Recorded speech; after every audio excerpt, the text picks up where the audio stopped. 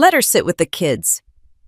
My dad said, his tone casual, dismissive, as if he were deciding where to place the extra napkins. My brother laughed. His new girlfriend covered her mouth to hide a smirk, and I, 28 years old, head of a growing tech firm, supposedly a grown woman, was handed a red plastic chair next to my 8-year-old niece. The clatter of silverware, the jingling of Christmas music, the smell of turkey and pine, it all blurred together while my father's words echoed. "She doesn't run anything anyway." They had no idea that in less than 24 hours they'd see my face on the Forbes holiday issue. Christmas Eve had always been sacred in the Harrison household, or at least that's how it used to feel. The house was the same warm lights draped over the roof, the scent of cinnamon rolls wafting from the kitchen, the sound of Bing Crosby looping in the background, but the people inside had changed. My father, Richard Harrison, once the kind of man whose laughter filled a room, had turned into someone who measured worth by profit margins. My brother Paul inherited his confidence and his entitlement while I'd been quietly building something they didn't understand. When I walked in that night, snow still clinging to my coat, Mom greeted me with the same practiced cheer she used for neighbors and mailmen. "Emma, honey, you made it. Take your coat off, dinner's almost ready." "Thanks, Mom." I hung my coat by the door, scanning the familiar living room. Same oak furniture, same family photos, except the new one, Paul shaking hands with a real estate mogul at some company gala. I wasn't in a single frame. Paul strolled in from the dining room, champagne in hand. "Well, if it isn't the prodigal techie." "Are you still doing that computer thing? Still doing that?" I said lightly. "We just signed our biggest contract yet." He smirked. "Oh yeah, that little project of yours still running." "It's not little," I replied, keeping my tone even. "Lumina Systems now manages supply chains for 5 national clients." "Supply chains," he repeated as if tasting the phrase and finding it bland. "Sounds complicated. Dad, did you hear Emma's still doing her computer thing?" From across the table, my father's voice carried amused and dismissive. "That's nice, sweetheart. Grab a seat, we're about to start." When I reached the dining table, my smile froze. The long mahogany table gleamed with wine glasses and gold-trimmed plates. At one end sat my father and Paul, surrounded by their business partners. At the far end, by the kitchen doorway, stood a smaller table, bright red plastic chairs, paper napkins folded into uneven triangles. "Where am I sitting?" I asked. Mom's voice faltered. "We had to add some people last minute. You don't mind sitting with the kids, do you? Just for tonight?" Paul grinned. "It's fitting, isn't it? Our little Emma, the family genius, is back where she started." For a second, I thought it was a joke. Then I saw the empty red chair next to my niece, the crayons scattered across the table, the gingerbread house half finished. The laughter and conversation from the adult table grew louder, filling the silence that had settled around me. I sat down without a word. My niece smiled up at me, gap-toothed and sweet. "Auntie Emma want to help me finish the candy roof?" I managed a smile. "Sure, sweetheart." Across the room, my father raised his glass. "To family," he said, his voice rich and commanding. "And to Paul, who's stepping up to manage our biggest partnership yet." They toasted. The clinking of crystal glasses sounded like applause for a play I was never cast in. I remembered every time I tried to share my milestones, a feature in a local business journal, the moment we reached our first million in revenue, the day I hired my 10th employee. My father's responses were always the same. "That's nice, dear. Good for you. When are you going to get a real office?" They thought Lumina was a hobby. They thought I was still the quiet kid who built robots in the garage, while they talked football stats and profit charts. But what they didn't know, what they never bothered to ask, was that Lumina had just closed a multi-million-dollar deal with Langford Interiors, one of the very companies my father's construction business relied on. My software now powered their logistics, their finances, their operations. In a way, I was already inside my father's empire.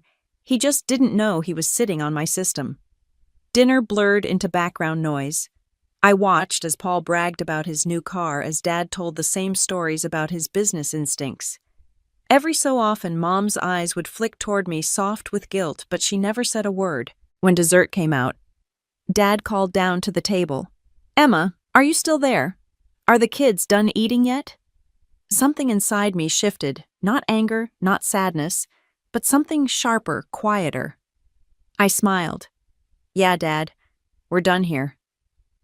That night when I got home, I placed my phone on the counter, wiped off my lipstick, and saw the unread email that had come in while I was at dinner. Subject: Forbes, holiday issue. Final proof for approval. Body, please confirm you're satisfied with your cover and feature title. The woman who rewired American supply chains. I stared at my reflection in the dark window, the faint glow of Christmas lights flickering across the glass.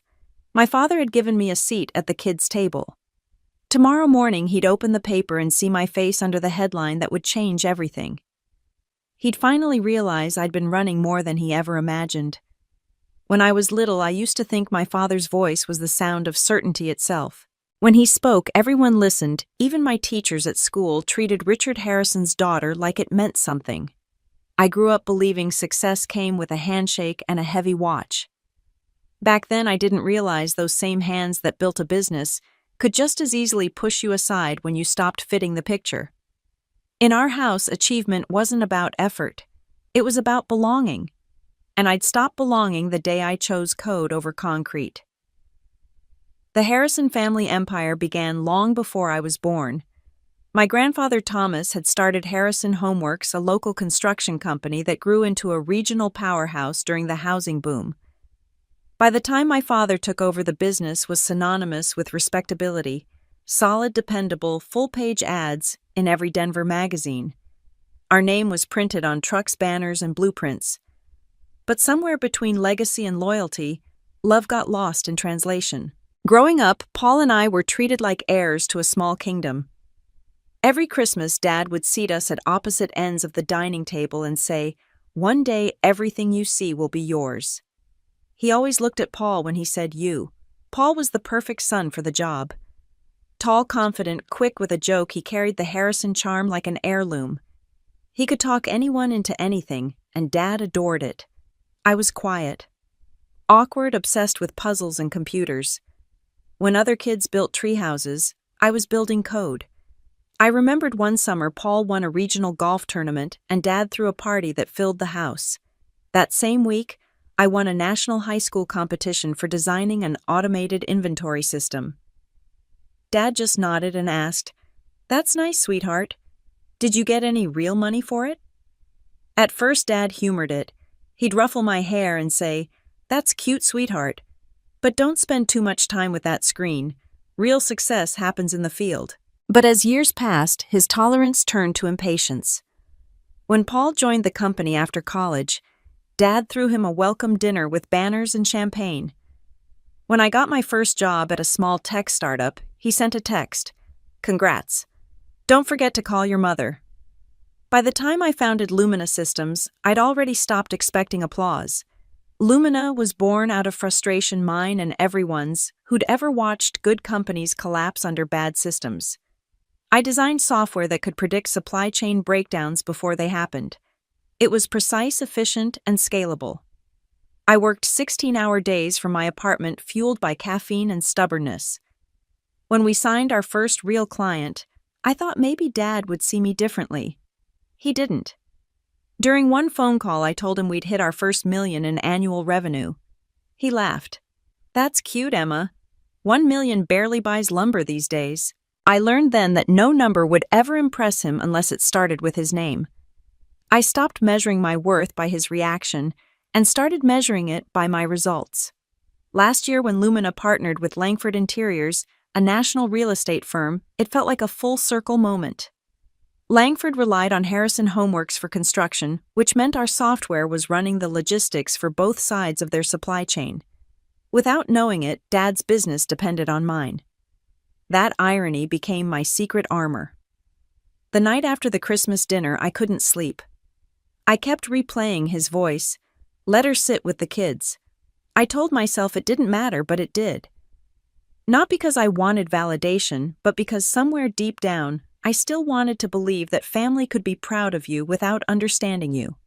By morning, my phone was buzzing. Paul had texted big day for Dad's project Langford deal finally confirmed. Try not to gloat about your tech stuff at dinner tonight. He's stressed. The text itself was a subtle reminder, my project is important. Yours is just tech stuff. I smiled bitterly. If only he knew. An hour later, I was standing in Lumina's downtown office, a sleek space of glass walls and quiet efficiency. My assistant, Nora, walked in holding 2 coffees. You've seen it. I nodded. The Forbes holiday issue lay open on my desk, my face smiling up from the glossy cover. Headline, The Woman Who Rewired American Supply Chains. Congratulations, boss, Nora said. You've been trending since 5 a.m. Thanks, I said softly. Has Langford called? They confirmed the rollouts ahead of schedule. Their CEO's thrilled. Oh, and Harrison Homeworks just sent another data request through your system. They're still using your algorithms to manage the logistics of the very partnership Paul is celebrating. I looked out the window down at the frozen city. The irony was exquisite. My father's empire was running on my algorithms while he still thought I was playing with code. Later that morning, my phone rang again, my mother. Emma, are you coming by for Christmas lunch today? She asked. Your father wants to talk to you about something. He's in good spirits.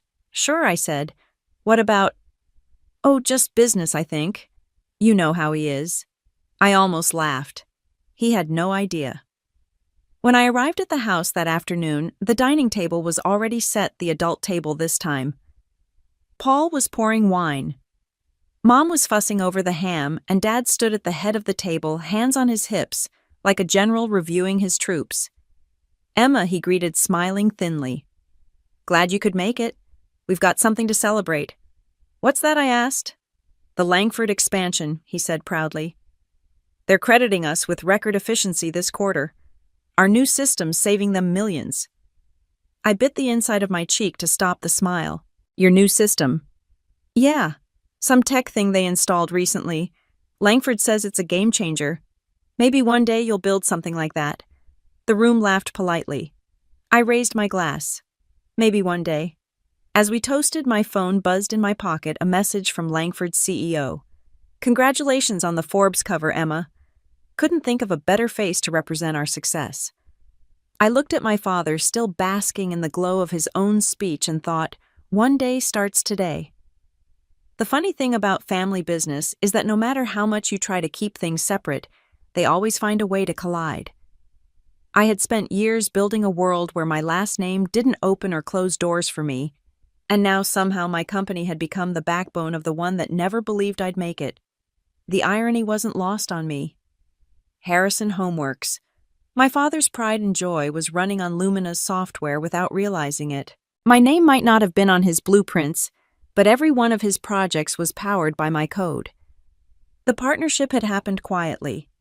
Langford Interiors had reached out to Lumina, desperate for a more efficient supply chain management system.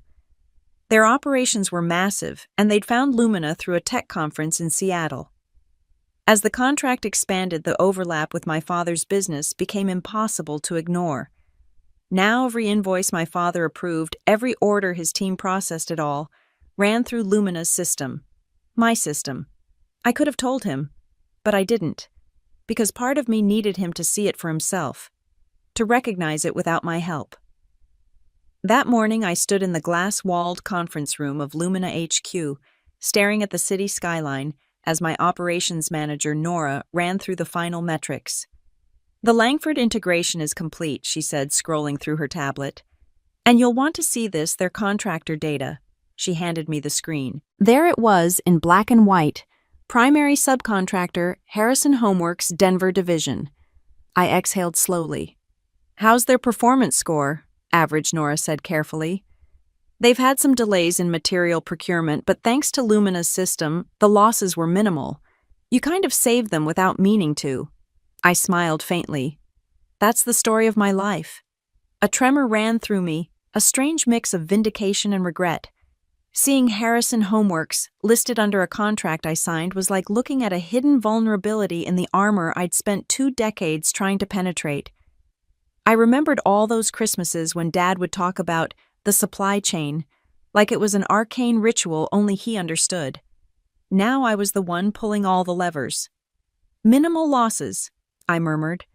That meant my system had shielded their inefficiency. I wasn't just building my own company. I was inadvertently protecting him. I felt a cold sadness. I hadn't wanted revenge. I had just wanted recognition. But even in this success, I was merely the unnamed rescuer to his empire. The following week, Langford's CEO, Michael Langford, invited me to lunch at a private restaurant downtown. "Emma," he said, shaking my hand, "I read your Forbes profile. Impressive stuff. You know our construction partners are singing your praises, especially Harrison Homeworks." I froze for half a second before recovering. "Are they?" "Oh, yes," he said, leaning back. "Their CEO, Richard Harrison. Your father, right?" I gave a small nod. He smiled knowingly. "He's a hard man to impress. You've done what few people can, made him efficient."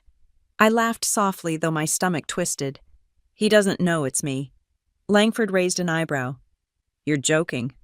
"I wish I were." "Well," he said, lifting his glass, "when he finds out, I hope I'm in the room. That's a reaction worth seeing." It was strange hearing my father's name in someone else's mouth, especially spoken with respect that should have been mine. For years I'd chased his approval like a paycheck I could never cash. And here I was, being congratulated for quietly running his success in the background. When I got home that evening, I opened my laptop and scrolled through Lumina's internal dashboard. Harrison Homeworks data filled the screen: shipments, invoices, productivity metrics. My father's company was thriving under my system. It felt surreal. Then a message popped up in the team chat: Langford requesting a photo of Lumina's executive team for PR purposes. My stomach tightened. That meant press coverage. Exposure. I typed quickly, "Approve the release. Full transparency." If my father was going to find out, it would be from the world, not from me. The next morning, the Langford-Lumina partnership announcement went live. It was everywhere: LinkedIn, industry journals, trade news. The headline read, "Langford Interiors partners with Lumina Systems for global expansion." The press release listed both client and subcontractor names. Under key partners, Harrison Homeworks. By noon, my phone wouldn't stop buzzing. Journalists, investors, even old classmates I hadn't spoken to in years. But one message stopped me cold. It was from my mother. "Emma, your father just saw the article. He's asking questions. Please call him." I stared at the text for a long time before replying. Not yet. That night, snow began to fall again, soft, quiet, almost cinematic. I watched it from my apartment window, the city lights blurring through the glass. Somewhere across town, my father was probably sitting in his leather chair reading that same article as trying to understand how his daughter's name ended up next to his company's. I wondered if he felt proud or betrayed. Then I remembered his voice from Christmas Eve, sharp and casual. "She doesn't run anything." And for the first time in years, I didn't feel angry.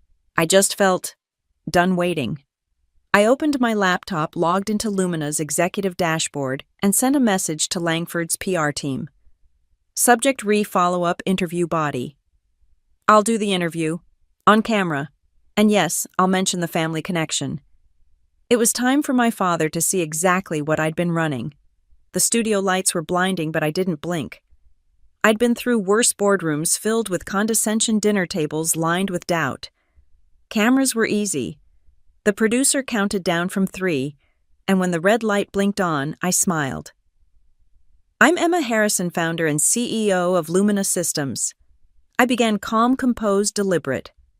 "We build technology that connects industries and people through transparency and trust." The words came naturally, polished through years of having to prove I belonged. What I didn't say not yet was that the same system had just saved my father's company. The Forbes holiday special wasn't my first interview, but it was the one that mattered most. The host, a woman named Kelly Ramos, leaned forward with a practiced smile. "Emma, your company has grown remarkably fast. Lumina is now a key partner for several major construction and design firms, including Langford Interiors. What's the secret to your success?" "Resilience," I said, "and remembering that being underestimated can be a powerful motivator." Kelly's eyebrows lifted slightly. Underestimated by whom? I smiled faintly. Family, colleagues, the world? Take your pick. The crew chuckled quietly. I didn't. What I wanted to say was that being invisible to the people who should have believed in me first had taught me how to be undeniable to everyone else. But instead, I said, sometimes you have to stop waiting for permission to be seen. Wise words, Kelly said, shuffling her cards. There's a personal story behind that, isn't there? I met her gaze and nodded. There always is. We moved through the questions about innovation, leadership, the future of tech. When the cameras cut, Kelly leaned closer. That line will resonate, she said softly. We all have someone we needed to prove wrong. I smiled politely. I didn't need to prove him wrong, I said. I just needed to stop letting him define what right looked like. An hour later, I was back in my office downtown Heels, clicking against the marble floor. Nora looked up from her desk. They just posted the teaser clip. You're trending again. I raised an eyebrow. Already? She turned her screen toward me. There I was, mid-sentence, the caption reading, "Sometimes being underestimated is the best thing that can happen to you. Emma Harrison, Lumina Systems CEO." Below that, the hashtags, Women in Tech Forbes Holiday Family Business. I exhaled slowly. The algorithm had found its next story. Within hours, my inbox flooded. Congratulations from peers, inquiries from investors, and one message that stopped my heart cold. Subject: You could have told me. From Richard Harrison. I didn't open it right away. I just stared at the sender's name. Finally, I clicked. Emma saw your interview. Impressive work. I didn't realize Lumina was behind the Langford system. Seems you've done well for yourself. Would have appreciated hearing it from you instead of from a journalist. Dad. No warmth, no apology. But the word impressive was there, a flicker of acknowledgement I hadn't expected. I typed a response, deleted it, and typed again. Finally, I settled on, you never asked. That night I didn't sleep. I kept picturing his face the moment recognition must have hit the pride. He wouldn't let himself feel the discomfort of realizing I'd succeeded outside his blueprint. The next morning, Paul called. So he began, voice tight. Dad's been in a mood since your little TV moment. What exactly are you trying to prove? Nothing. I just told the truth. He scoffed. You made him look like an idiot. Everyone's talking about how his company's dependent on yours. He feels blindsided. Maybe because he didn't care enough to ask, I said evenly. I ensured his business didn't collapse. He should feel grateful, not blindsided. There was silence on the other end. Then quieter. You always have to make it about you, Paul. I said, my voice low now, steady. It's not about me. It's about finally being seen. If that makes you uncomfortable, maybe you should ask yourself why. He hung up. I sat in my office, the city spread out below me. I thought about how strange success feels when there's no one left you need to prove it to. It's quieter, colder, but it's yours. By noon, the Forbes team called again. They wanted to feature Lumina on the magazine's holiday issue cover, front page, full spread. My pulse quickened. When I asked, tomorrow morning. We're printing at dawn. After we hung up, I stared at my reflection in the window. My father had given me a seat at the kids' table because he thought I didn't run anything. Tomorrow the world would know otherwise. That night I sent him one last email. Dad, tomorrow morning pick up the new issue of Forbes.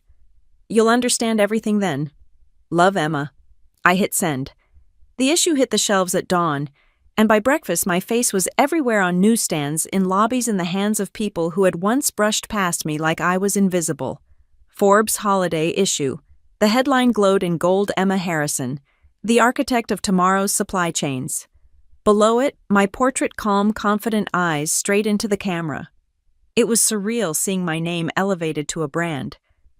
But the real satisfaction came later when my father's secretary called Lumina's front desk at 9:15 in the morning asking for a Ms. Harrison.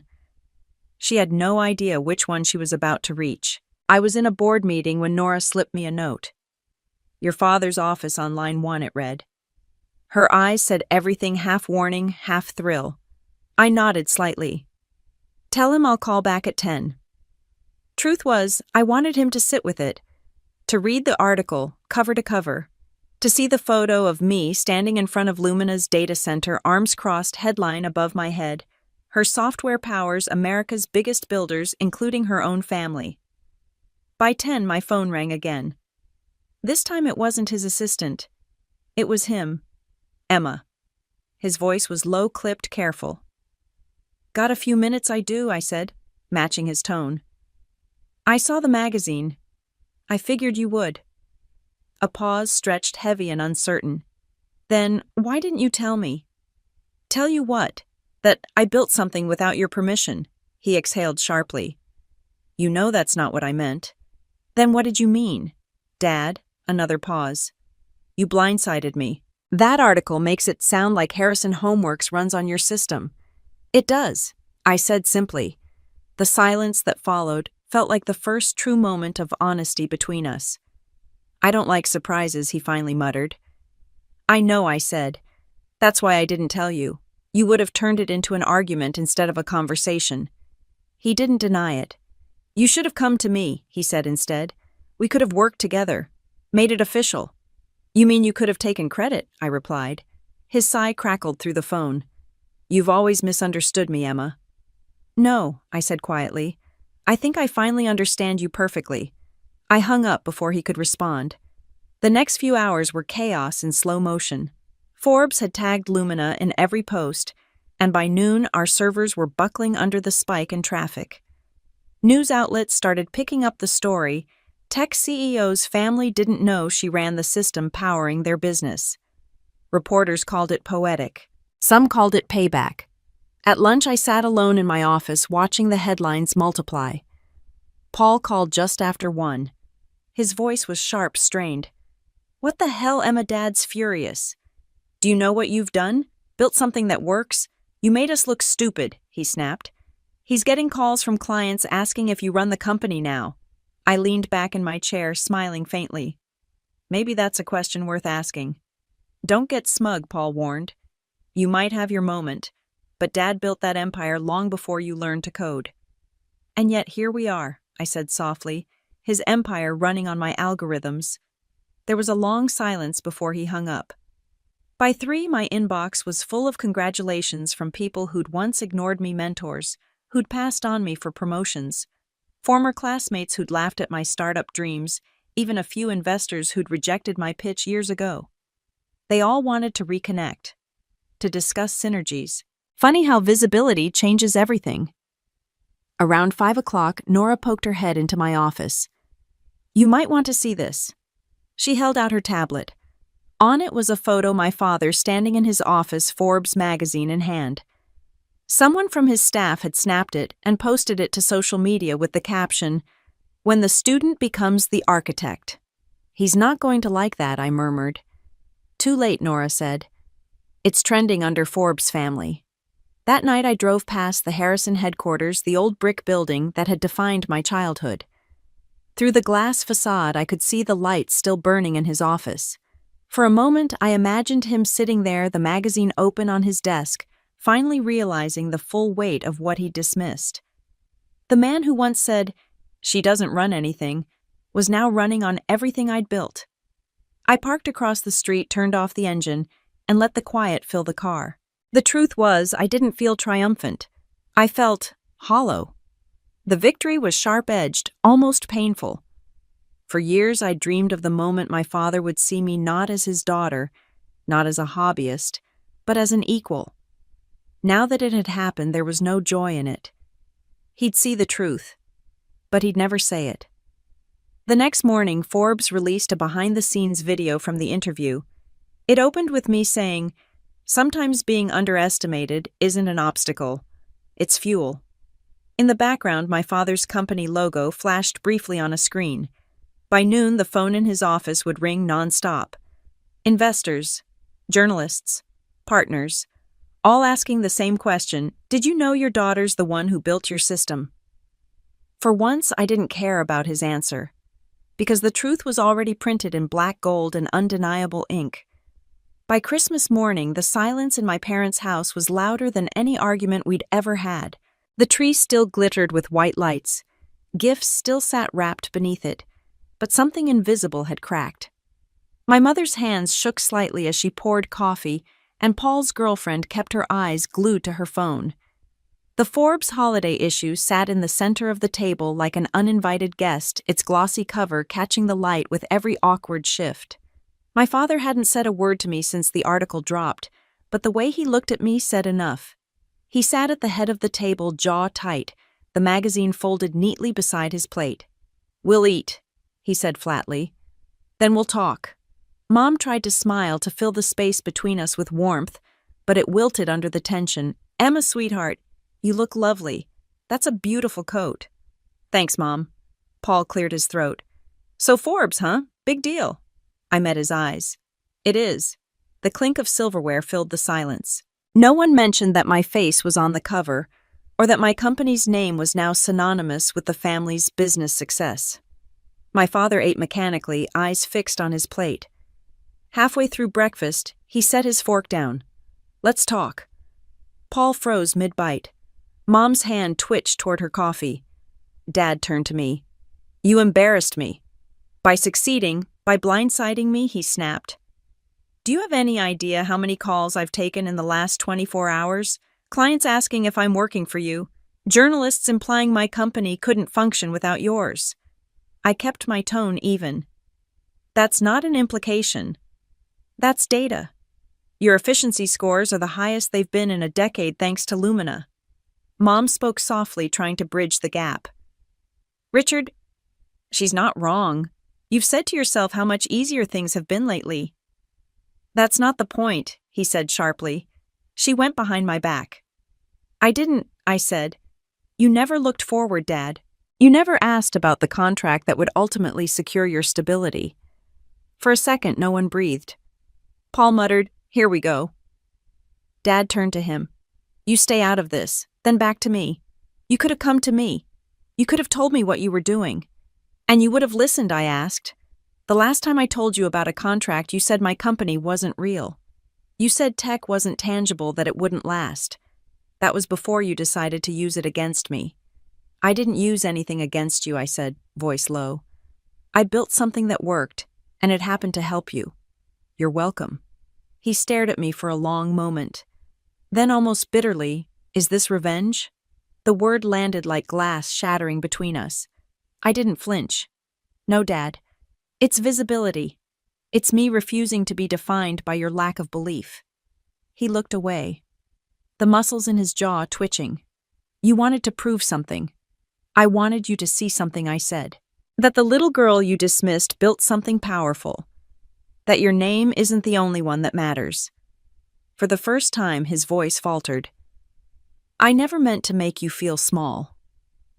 "You didn't have to mean it," I said. "You just had to do it." The room was still. Snow drifted against the window. Mom stood finally, her voice trembling. "That's enough. It's Christmas." I rose from my chair, pushing it in carefully. "You're right. It is." I looked at my father one last time. "Merry Christmas, Dad." He didn't reply. I left the house without looking back. Outside, the cold hit like clarity. My breath fogged in the air as I walked to my car. I could see my reflection in the frosted window, steady, unbroken, finally my own person. When I slid into the driver's seat, my phone buzzed. A message from the Forbes editor. The feature's breaking records. "We'd like to schedule a follow-up on women changing legacy industries." Interested, I stared at the message, then at the faint outline of my father's house in the rearview mirror. "Yes," I whispered, typing the word back. "Let's do it." I started the engine. Power changes the temperature of a room.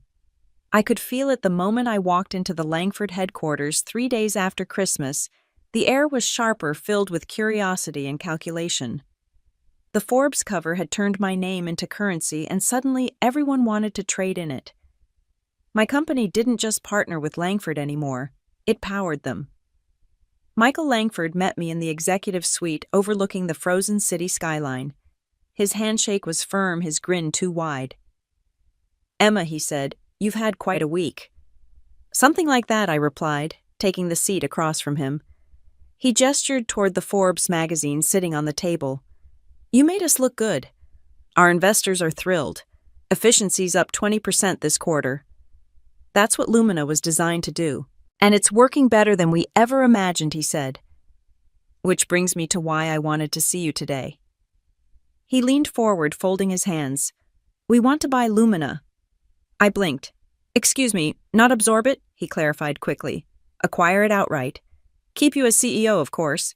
We'd integrate Lumina as our technology division. Full resources. Unlimited budget.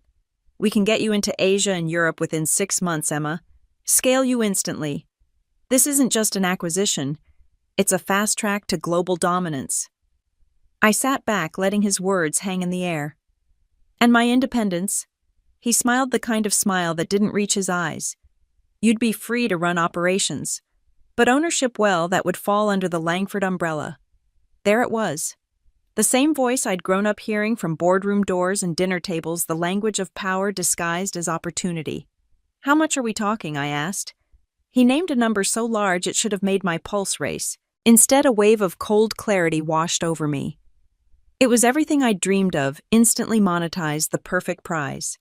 But selling meant turning Lumina into a footnote in Langford's history, just as my father had always tried to turn my achievements into footnotes in Harrison's. This wasn't just an offer. It was another man trying to take what I'd built and call it his. I'll need to think about it, I said. Of course, Michael replied smoothly. But don't take too long. There are other players circling. If you join us, you won't just be in Forbes, you'll own the front page for a decade. I left the building with his words echoing in my head. Outside snow was falling again. I pulled out my phone and called Nora. Can you set up a meeting with the legal team tomorrow? She hesitated. You're not actually considering selling, are you? I'm considering every move, I said. And this one feels like chess. That night I sat in my apartment with a glass of wine and the contract draft Michael had already emailed me, pages of legal precision dressed up as praise. My laptop screen reflected the city lights as I scrolled through the clauses. Somewhere between intellectual property retention and executive authority, I realized what this really was. They didn't want Lumina. They wanted control over me. I closed the document. When the phone rang, I didn't check the caller ID before answering. Emma, my father's voice said. We need to talk. I almost laughed. That seems to be everyone's favorite line lately. I saw the Langford announcement, he said. They're trying to buy you out, aren't they? Word travels fast. I still have contacts, he said. Listen, don't take that deal. They'll gut your company, make you a figurehead. I've seen it 100 times. Don't let them take your independence just because they flashed a big number. That's how they trap you. I stayed silent, taking in his words. This was Richard Harrison, the man who built an empire on calculated risk, giving me unfiltered advice that went against his own profit model. It was the first true piece of guidance he'd ever offered. Why do you care? I asked finally.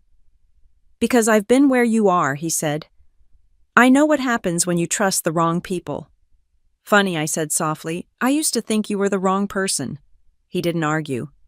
If you walk away from this deal, you'll need leverage, he said. Something that reminds them you can't be replaced. I almost smiled. I already have that. The next morning, Lumina's team gathered in the conference room.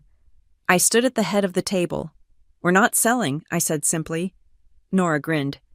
I was hoping you'd say that. But we are expanding, I continued. Langford wants control. Fine. Let's give them competition instead. Within hours, my marketing director drafted the press release. Lumina Systems announces expansion into direct real estate technology solutions, independent from all existing partnerships. By noon, the statement was live. An hour later, Michael Langford called. Emma, he began, his tone tight. I thought we had an understanding. We do, I said. You understand your business depends on mine. I understand I like it that way. He was silent for a moment. You just made yourself a very powerful enemy. I prefer the word visible, I said. But thank you. I ended the call before he could respond. The days immediately following my rejection of Langford's buyout offer were a vacuum of silence swiftly followed by a storm of activity. My initial fear was that Langford would immediately initiate legal action, but their first move was subtler. They deployed whispers into the financial ecosystem. The narrative wasn't that Lumina was difficult. It was that Lumina's CEO was erratic, sacrificing billions for an ego project. My senior team gathered in our glass conference room looked shaken. We had signed new, smaller contracts, but the air was thick with unease. "They're saying we committed economic suicide," Nora stated, scrolling through a financial forum. The board members of 5 major construction firms, most of whom subcontract with Harrison Homeworks, are suddenly asking questions about our long-term viability. I leaned against the whiteboard, crossing my arms. "They're not questioning our viability, Nora. They're questioning my authority to command that much power without an established corporate father figure." My legal counsel, David, pushed a stack of papers forward. "The real issue is that their subcontractors are nervous about relying on a small company, even if it is powering them. They see Langford as stability. We need to counter that perception with a concrete move, not just a press release." I nodded, tapping my fingers lightly on the glass. "Then let's give them a concrete move. Who is Langford's biggest direct competitor in Denver that relies heavily on subcontractors?" David raised an eyebrow. "Apex Development. But their systems are archaic. They would need a full integration." "Exactly. Their systems are slow, which means my father's business has never touched them. Apex is independent of the current mess. They need a total rewrite, and we have the architect ready." The next 48 hours were a blur of intense negotiation. I flew to Chicago to meet the Apex CEO, a woman named Vanessa, who had built her reputation fighting against the kind of old guard Michael Langford represented. When I walked into her office, she didn't mention Forbes or Langford. She just smiled. "You turned down a mountain of cash," Vanessa said, leaning back. "That takes guts, Emma. Or idiocy. Convince me it's the former." I didn't talk about algorithms. I talked about control. I explained that Lumina wasn't just selling software. We were selling proprietary autonomy. Langford wanted to own my vision. I walked away because the future of this industry isn't about one giant swallowing the rest. It's about connecting equals. Lumina makes everyone better, but nobody owns the core system but us. Vanessa stared at me for a long time. "Your father's firm is the main subcontractor for half the city. If I hire you, how long until Richard Harrison tries to control my logistics because his daughter is running the tech?" That question, the one that defined my entire childhood, finally served as my greatest tool. "Harrison Homeworks runs on Lumina's code, and my father didn't know it for 6 months," I replied, meeting her gaze steadily. "That should tell you everything you need to know about our data integrity and independence." We signed the contract that evening. Apex Development became Lumina's first major client, acquired through proactive market disruption, not through inherited connections. The news hit the wire before my plane landed back in Denver. Lumina Systems snaps up Langford competitor citing innovative empowerment model.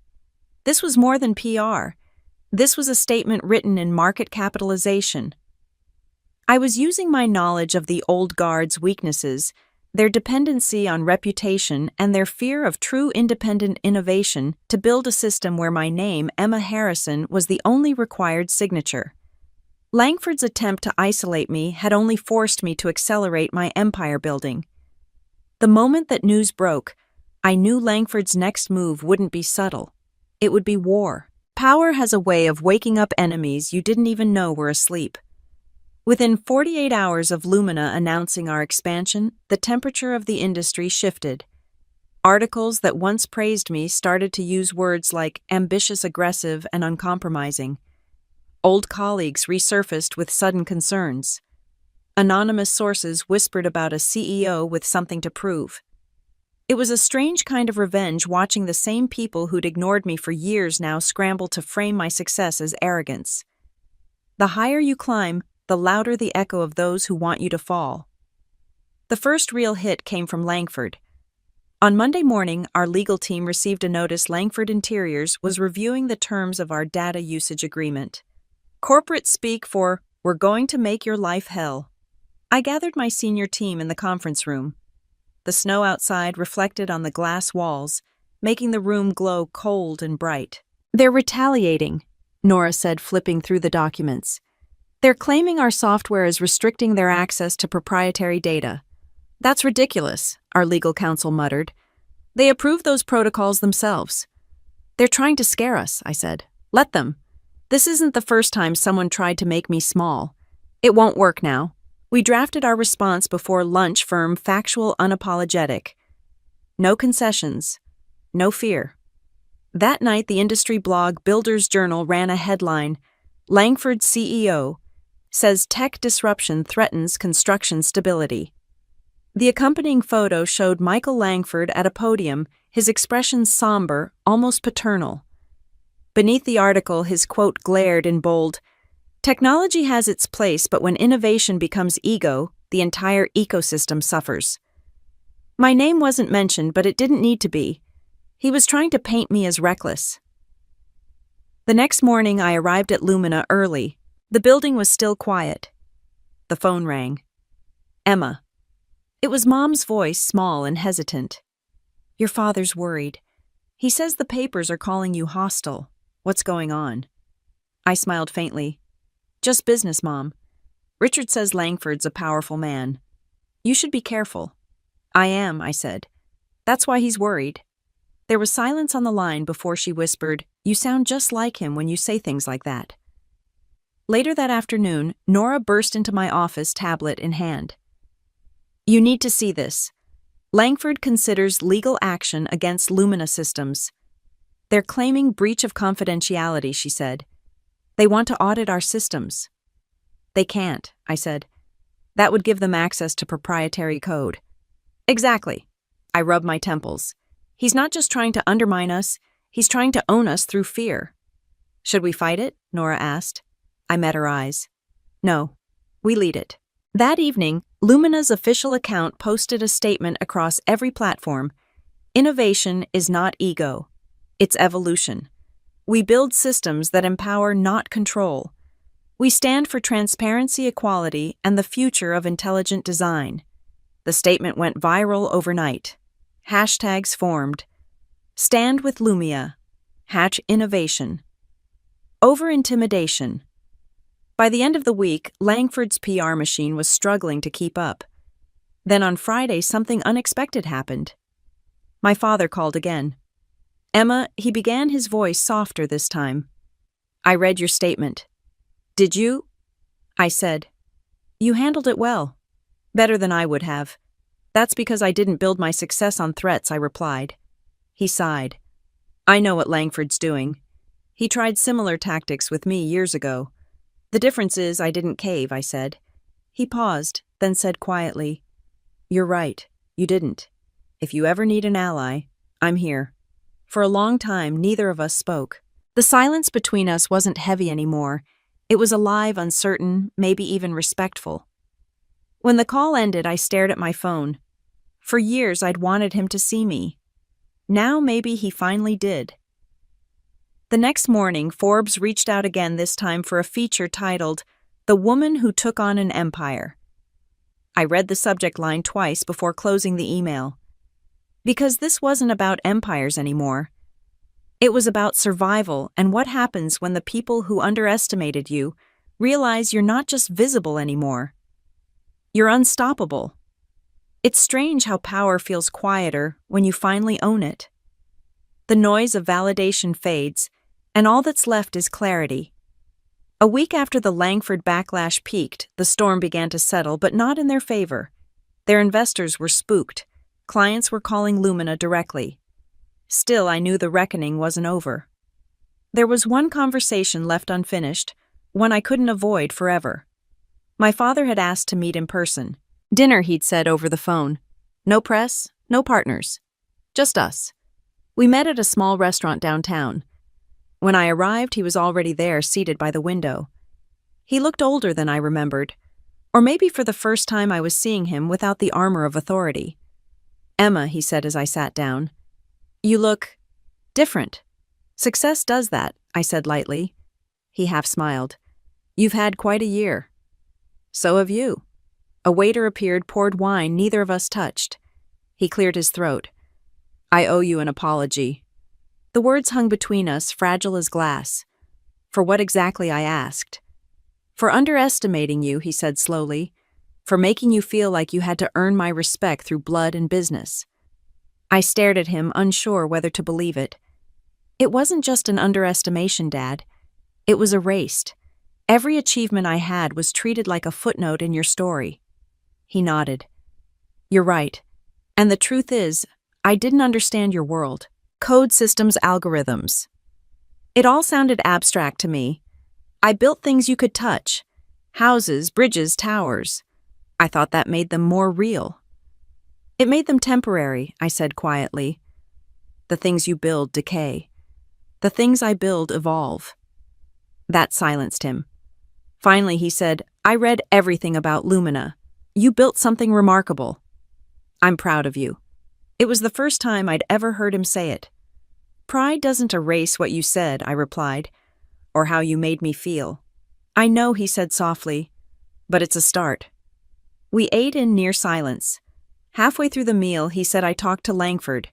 My fork paused midair. "And he's stepping down. The board forced him out after the PR disaster. They're asking if you'll consider taking over the tech division he built with your software." I let out a small, incredulous laugh. "They want me to replace him," he nodded. "Seems like poetic justice. Seems like too little too late." He smiled faintly. "You sound like your mother." "She was always the wise one," I said. "He studied me, then really studied me." "You've changed. You don't carry your ambition like a weapon anymore." "Because I don't need to," I said. "I'm not fighting for a seat at your table." He nodded slowly. "You built your own, and I made sure there's room for people who were never invited to one." For the first time, his expression softened into something that looked like respect. "I don't know if I deserve forgiveness," he said finally. "Forgiveness isn't the point," I replied. "Understanding is." He leaned back, exhaling. "You know your grandfather used to say legacy is what outlives our mistakes. Maybe you're the legacy I didn't know I needed." As we left the restaurant, the night was cold but clear. We stepped onto the paved sidewalk, the streetlights casting long shadows at our feet. The sudden release of tension made me want to breathe the open air. I suggested a short walk. He nodded, and for the first time in years we walked side by side, without the rigid formality of rank or achievement. I looked up at the towering skyscrapers where electric billboards flashed constantly. "This world is always moving, Dad," I said.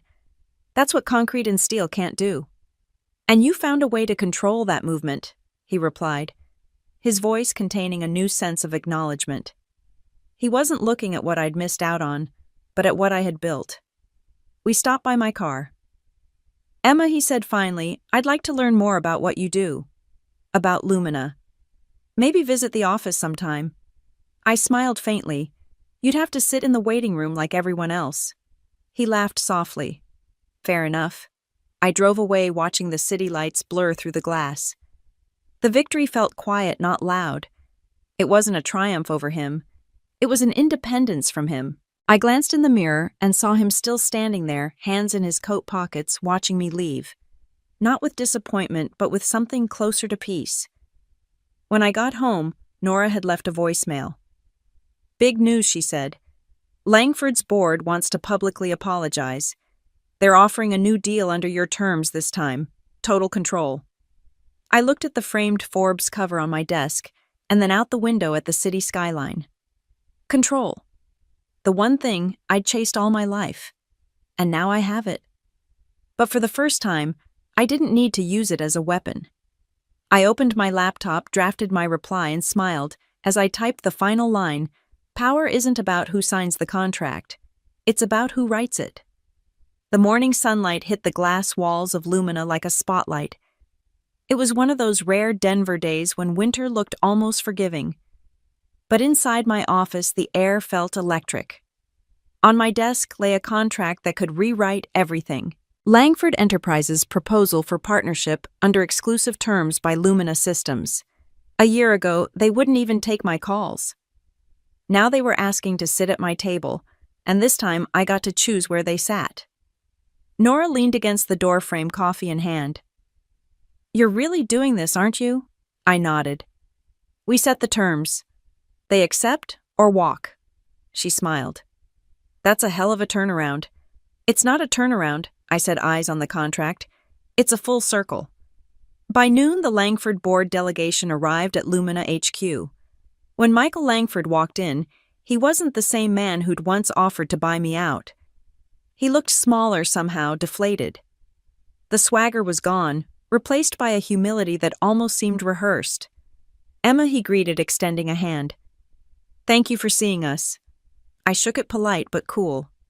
"You're here because transparency is one of Lumina's founding values. I wanted to give you the courtesy you didn't give me." He nodded. "I deserve that." We sat. My legal team joined quietly. Michael cleared his throat. "The board recognizes the missteps that occurred during our previous collaboration. The company wishes to move forward under new terms, your terms." I slid the contract toward him. "Then let's review, clause by clause." I read it aloud. Lumina retained full ownership of its technology. All integrations would be managed independently. Langford could license access, but never alter, replicate, or claim credit. Michael's lawyer frowned. "This is highly restrictive." "Exactly," I said. "Lumina builds systems, not dependencies." Michael hesitated, eyes flicking over the final page. "And this last section, profit redistribution, you're asking for a 10% equity stake in Langford?" I met his gaze. 10% is the price of stability. Your investors lost confidence because you made a power play instead of a partnership. This is how you buy it back." For a long moment, he didn't speak. Then slowly he said, "You've changed." I smiled slightly. "No, I just stopped apologizing for who I've always been." Michael exhaled, nodded once, and signed. "Congratulations," I said, taking the document back. "You've just become Lumina's first client under our Empowerment First model." As they left, Nora slipped in with a grin that was half disbelief, half pride. "You just made a billion-dollar company bend to your blueprint." "Not bend," I said quietly. "Adapt." That afternoon, I called my father. He answered on the first ring. "Emma, Dad. I heard about the Langford deal," he said, voice steady. "You did good. Real good. Thanks."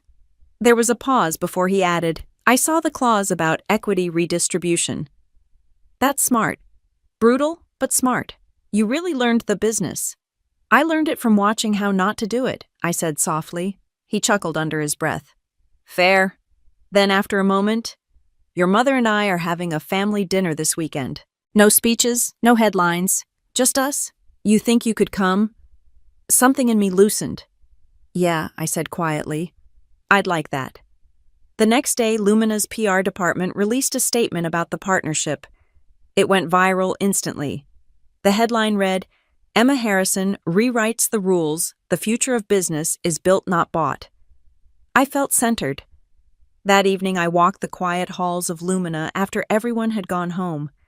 Through the glass, I could see the city glittering below. I didn't need to inherit a legacy. I'd written one.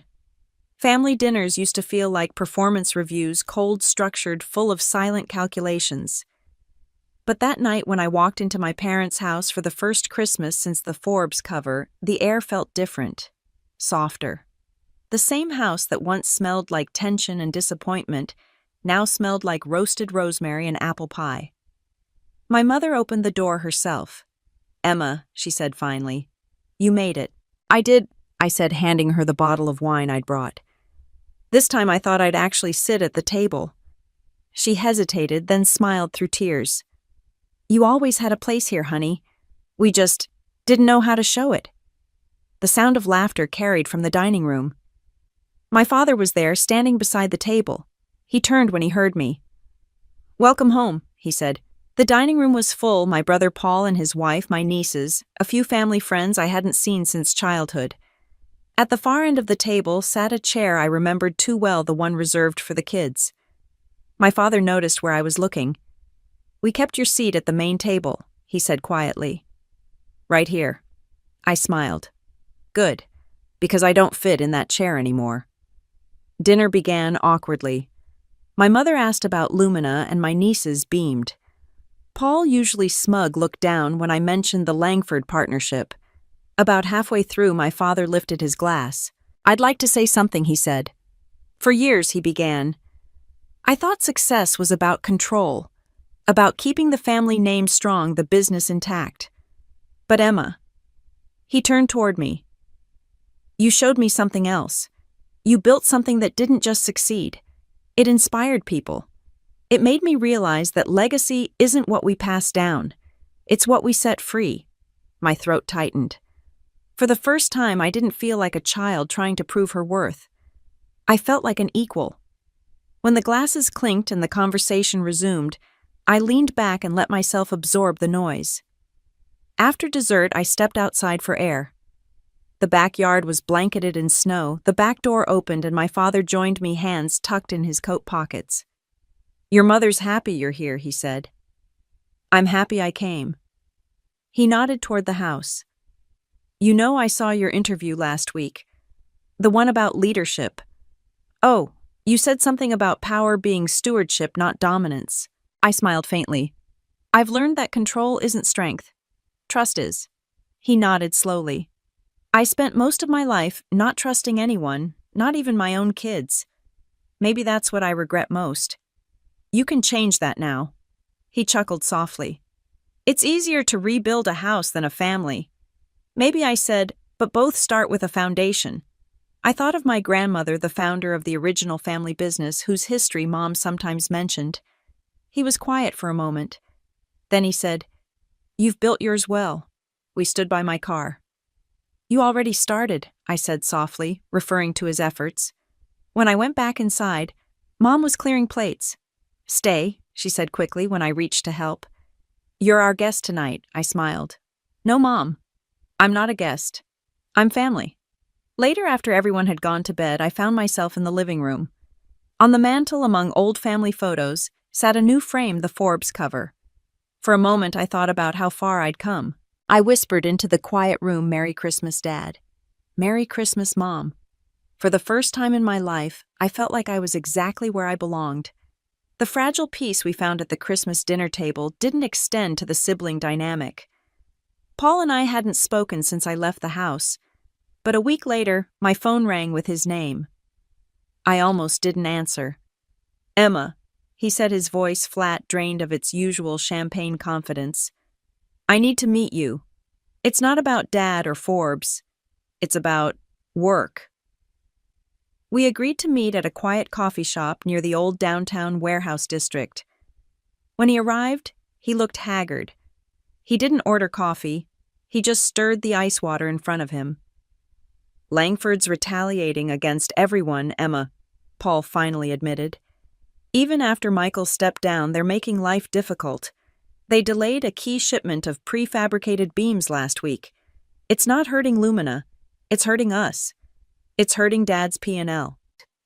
He paused, then sighed, running a hand through his hair. I tried to fix it using the old system, making calls, shifting inventory manually. I spent 3 days fighting phone trees and spreadsheets. I need to know how you fix things with Langford. I looked at him, surprised by his vulnerability. This wasn't the entitled heir. This was an exhausted man buried under a legacy he hadn't chosen. Lumina didn't fix Langford, Paul. Lumina made us independent of their chaos. My system predicted the delay 3 weeks out. Your team missed the alert because you weren't looking at the data. You were looking at the schedule. He pushed the glass away. I hate this, Emma. I hate the spreadsheets, the contractors, the sheer weight of knowing if I miss one number, I let Dad down. I never wanted this. I was good at the handshake, good at speeches. Dad always looked at me like I was the golden boy, and I ran with it. And you never looked back, I finished softly. I get it, Paul. I built my own world because I stopped waiting for Dad's applause. You stayed because you couldn't imagine life without it. I see now that your little project is the only thing keeping the whole empire afloat. He conceded the phrase, tasting like ash in his mouth. The irony is stunning. I didn't gloat. I can stabilize your inventory management system, Paul. I can train your team to use predictive analytics. Lumina can make sure you never miss a delay again. He looked up, hope flickering in his eyes. You would do that after everything? Yes, I said simply. But on one condition, you have to start building your own value, not just managing Dad's. You hate logistics. Find what you're good at. Sell the land, don't grade it. Use the charm, not the name. I explained how Lumina could isolate the supply chain functions he hated, freeing him to focus on client relations and acquisition, the parts he genuinely enjoyed. We spent the next 2 hours mapping out a partial integration. When he left, he didn't offer a corporate handshake. He just squeezed my shoulder. Thanks, Em. Truly. As I watched him walk away, I realized the family narrative had changed permanently. It wasn't about who inherited the name, it was about who held the expertise. I hadn't just saved Harrison Homeworks. I had freed Paul to finally choose his own path, even if that path still led through the family business. It was a quieter, more profound victory than any Forbes headline could capture. The night before New Year's Eve, I stood in Lumina's top-floor office, the city below shimmering like a field of gold.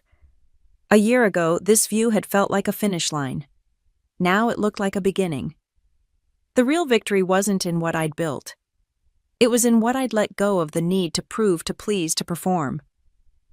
Downstairs, the Lumina team was celebrating our biggest year yet. Nora caught my eye through the glass and waved. I smiled and lifted my glass in return.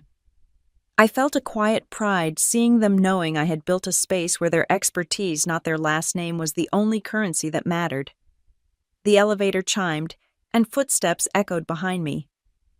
I figured I'd find you up here, my father said. Couldn't sleep, I said. Neither could I. He walked closer, his eyes tracing the skyline. You've done well, Emma. Better than I ever did. That's not true, I said softly. He chuckled. Oh, it is. I built a company. You built a future. We stood in silence for a while. I came to say thank you, he said finally, for letting me back in. I know I don't deserve it, but I want to earn it. You already started. He reached into his pocket and pulled out a small velvet box.